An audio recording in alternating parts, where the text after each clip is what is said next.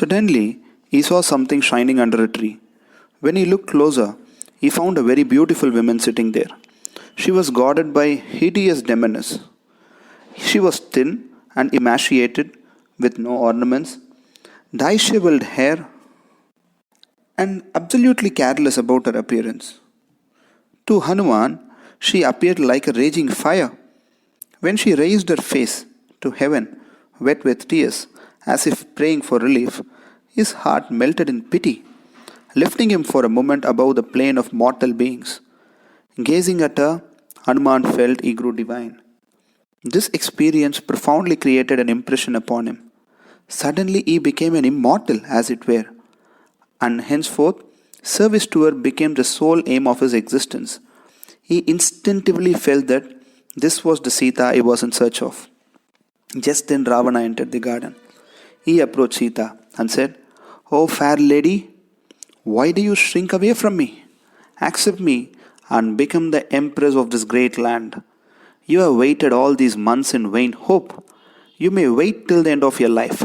Rama will not be able to cross the ocean and come to this impregnable city. Even the gods dare not approach it." Sita laughed scornfully and said, "How often have I told you or be telling you that you are doing yourself no good in thus turning your mind to a married woman? Just as you would like your own wives to be pure in mind and faithful to you, should you not wish to see the wives of others pure in mind and faithful to their husbands? If you want to live and rule your kingdom, there is only one way.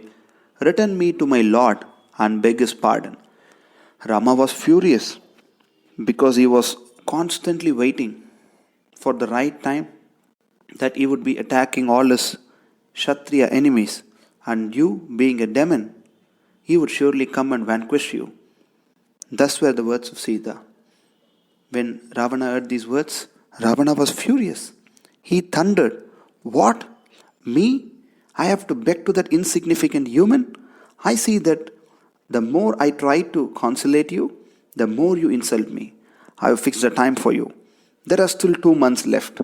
Even at the end of this time, if you remain adamant, my cooks will cut you up and serve you for my breakfast." With these threatening words, Ravana hurriedly left the place. As soon as Ravana left, the demoness surrounded Sita. One of them said, "Enjoy the riches of Lanka by accepting Ravana, or else we will kill you without waiting for the 2 months." Surrounded by these cruel demoness, Sita broke down and wept. Trichada, an old demoness who had been sleeping till now, awoke and checked them. "This is fools," she cried. "Trouble her no more. I have had a dream which signifies the triumph of Sita and her husband and also the complete destruction of Lanka. This revelation of their friend unnerved them. They left Sita alone and retired to their places."